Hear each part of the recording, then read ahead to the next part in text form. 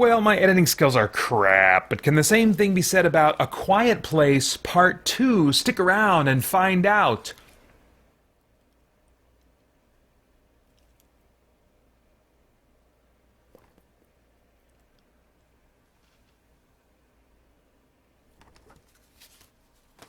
Hey guys, Peter Franson here from christiangeekcentral.com and Spirit Blade Productions. This is my uncut review of A Quiet Place Part 2. The synopsis on IMDb reads, following the events at home, the Abbott family now face the terrors of the outside world. Forced to venture into the unknown, they realize the creatures that hunt by sound are not the only threats lurking beyond the sand path. Alright, before I go any further, gotta let you know, spoilers for the original movie might spill out of me, so just skip this for now if you've not seen the original A Quiet Place, which I do highly recommend that you watch. Okay, so let's talk about the story, the script, the pacing, the tone, the general what is this thing. Part 2 in the title I think is very fitting. A lot of times when you have a 2 next to a title, it's just going to be more of the same, but I feel like movies that say Part 2 are aiming for something that they're communicating that this is the second part. It's another part of one story. That what you didn't realize about the first movie is that it's incomplete, and this is another part of one whole story, you know. And I felt like it was fair to put part in the title. This is a continuation of the first movie's story with the same tone, same dramatic suspense of that movie. And when I say dramatic, I mean that it leans not just on the suspense that you would expect in a movie about, you know, crazy aliens hunting people by sound, but there's drama, true drama that hangs on this family and their love for each other and their desire, you know, to have security and safety together, and you know, things that we can relate to as just any part of a family. I think there's some character you're going to be able to relate to, some dynamic, some tension that you're going to be able to identify with because of your connection to your own family members, either as a child or a parent or a sibling or. But anyway, so in that way, it's very much a continuation of the first, but it does have just enough new character dynamics that it doesn't feel like a retread to me. You know, the father's not in the picture anymore after the end of the first movie, and so, you know, you don't have that dynamic of two parents, which I was wondering, I might really be disappointed in this movie without that dynamic, and I do, you know, still wish it was there, but I didn't feel it missing during the viewing experience because it was replaced by other kinds of dynamics that I could understand or relate to. And there's still the dynamic of one parent, which, even though it's the mother, you know, that's in this movie, not the father, I can still relate to her thoughts and stresses and concerns in trying to protect her kids, you know. And there's well, and there is kind of like the presence of the dad in the sense that his death is still very fresh. And there's an extended flashback sequence that starts the movie that John Krasinski is in, playing the father, and it's kind of like how what the family was doing when that invasion first started. And so I think that his presence as a loving father is still very felt. They're still very much in mourning. And so there is still kind of like an echo of that father and husband dynamic. But the parent-child dynamic, again, is still strong with the parents and with the mother and her children.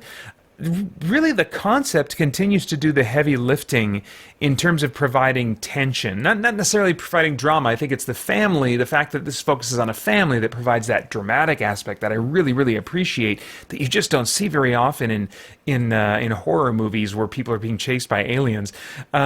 The concept, though, does the heavy lifting for all the suspense, as the entire movie, like the first one, requires characters to be as quiet as possible. So even during normal dialogue, there's a layer of suspense as you recognize they're trying to be as quiet as they possibly can, and any sound, you know, or if they get too emotionally intense, then their volume might get louder, and that could lead to, you know, who knows what. But then on top of that, you add multiple complications locations that we are very familiar with, but that have whole new significance and dramatic tension in a movie like this. You know, you've got a crying baby that they have to figure out, okay, how are we going to keep this? Because baby's going to cry whenever they want. Even getting into toddlers and elementary age kids, you know, young children are just not able to control their outbursts of crying or emotion or whatever like adults can, at least ideally, right?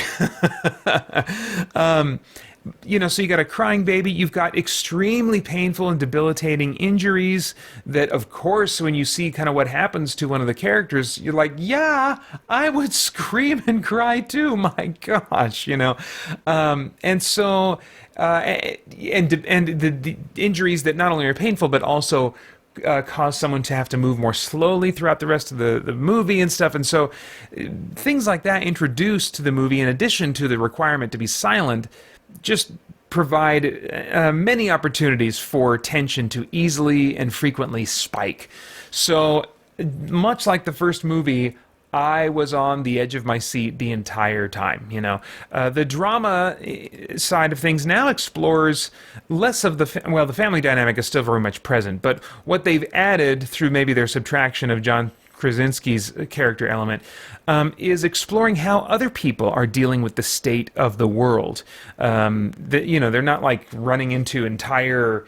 I'm not going to say anything about that, but yeah, they definitely run into other people, and you know, a decent number of them, although it still largely is a movie about this family by themselves trying to survive. So I'll just put it that way.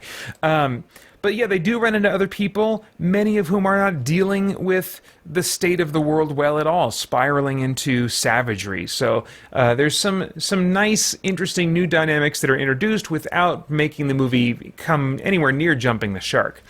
Now, as far as the cast and the performances go, I really felt like, again, the performances are strong across the board. I didn't feel like there were any weak links. I was especially pleased with the child actors. That can really be hit or miss, and is most often missed because there just aren't that many Dakota Fannings in the world. But this movie, they, again, had these great child actors in the roles of the primary daughter and son, and they express intense emotions convincingly to me, and with so much storytelling being nonverbal here, it makes sense and is rewarding to see them cast actors who can just act the crap out of their scenes. I think they must have made it a value with the first movie, and then again with the second movie. It's like, listen, this is nonverbal. This is an actor's movie, right? Because it's so much of it is nonverbal, and it's just about them portraying emotions visually. And so, yeah, it's just great to see the cast that they pulled together for this one again. It does feel a little strange to me in the opening flashback to see these child actors looking just a little bit older than they did in the last movie. And of course, in the flashback scene, it's supposed to be portraying events that took place before the events of the first movie. The deaf daughter, in particular, is slowly turning into a woman, and I think that they could have, with some simple things, hid her growth a bit by giving her loose or bulky clothes, you know, using other little tricks, but for some reason they did not do that, and I'm a little puzzled as to why. The son's voice has also probably changed since the first movie. I have to confess, I haven't seen the first movie since I watched it in the theater in 2018, so it's been a while, my memory's not fresh, but I definitely noticed some changes in the daughter. The son, not so much, but again, hearing him talk, I'm like, his voice is kind of in the middle of changing in this movie, so it probably was, it's probably a noticeable change from what his voice sounded like in the first movie. They did get a little clever with him. They had the opening flashback scene written in such a way that you don't really hear him talking, and it feels appropriate. It doesn't feel out of place. He's just in situations where, well, he's not going to be talking right now. So that was clever. I wish they would have gone to the similar effort to kind of hide the aging of the other actors. But you know, these are small issues. I'm spending way more time talking about them than they had an impact on me. So I think it's probably much more noticeable if you were to watch them back to back. But again, I can't say for sure. It's been a while since I saw that first one. All right, so stunts and visuals. This one leans more on suspense than the actual scenes of action and violence involving the aliens, very much like the first movie. But the scenes, when they do come with the aliens, are appropriately brutal. They're devastating. They just portray how ridiculously overmatched the humans are against these aliens. And so even, when there's CG that I look at, as I did in this movie, and say, well, I'm looking at CG, I've just got an eye that's cursed for it. If the other dramatic elements in play are working for me, then I still feel the presence of the aliens. They don't feel fake to me because of the impact they are having on the story and the characters, and I felt like that was the case here, that even in the middle of moments where I was like, oh, the CG, just mentally there was a little moment where I was like, yeah, CG here looks bad. But that didn't take me out of the moment because all the other elements were just firing on all cylinders for me. And so no real complaints there. But the CG did feel very standard, sometimes stood out as being less than I would want or expect from a sequel to a successful movie. So more budget given to creature effects would have been appreciated, but not a huge deal at all. Okay, as far as themes, is there anything of moral, philosophical, or spiritual significance going on in the themes of this thing that might trigger some worthwhile thought or conversation? My mind is so much in the intensity of the suspense that it's not really drifting to themes. I don't think they're trying to say anything really philosophical with this movie. But if I were to kind of try and notice some of those things, two things pop out. First, coming of age is maybe the most noticeable theme to me, as both kids take on responsibilities that in their world would normally be given to adults. The daughter seeks out responsibility in the form of a mission that she's convicted to go on, although she discovers that she has really underestimated the danger of that mission, as many parents fearfully watch their children do. I know I've got one boy who just is fearless, and pain is no teacher to him. And so he is a source of stress for me and my wife.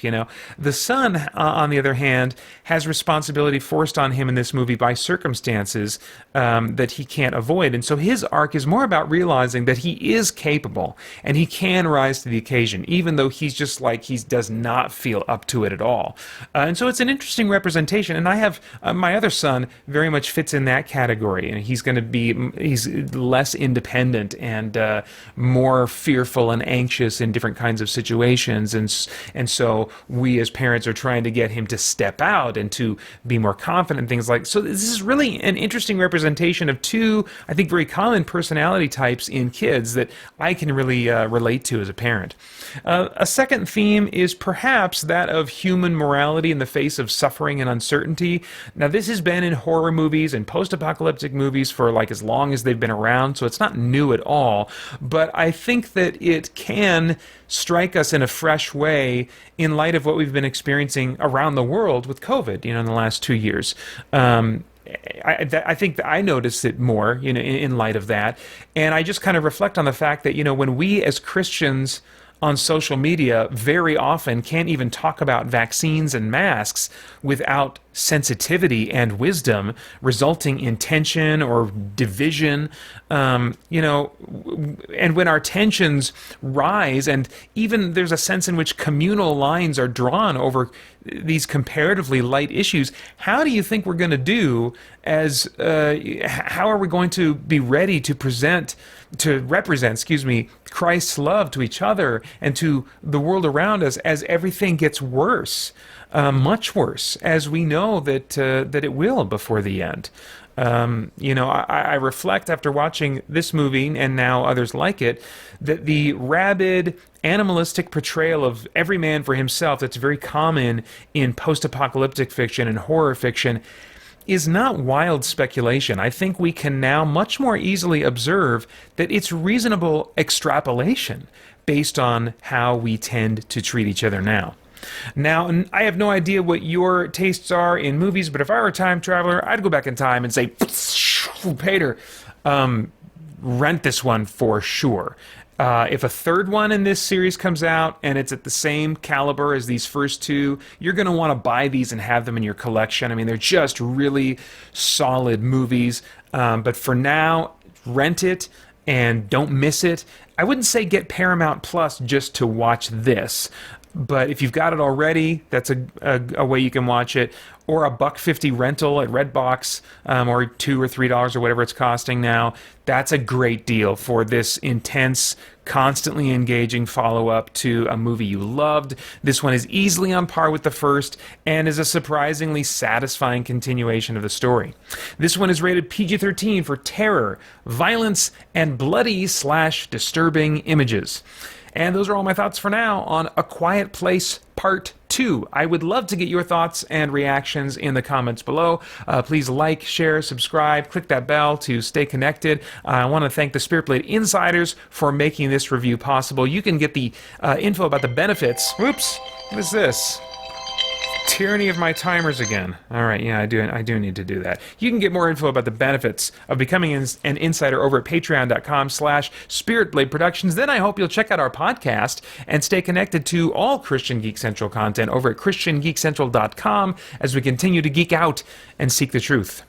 I have updated my playlists to help you find what you're looking for, anything from controversial topics that are relevant to Christian geeks, interviews with creators like author Brent Weeks and The Chosen's Dallas Jenkins, growing in faith as a geek, tabletop gaming, comic books, video games, movies, and TV shows, or you can just get to know me a little bit better. There is a playlist for you with more content being added to them all the time, so I hope you'll take a look and enjoy what you find. Thanks.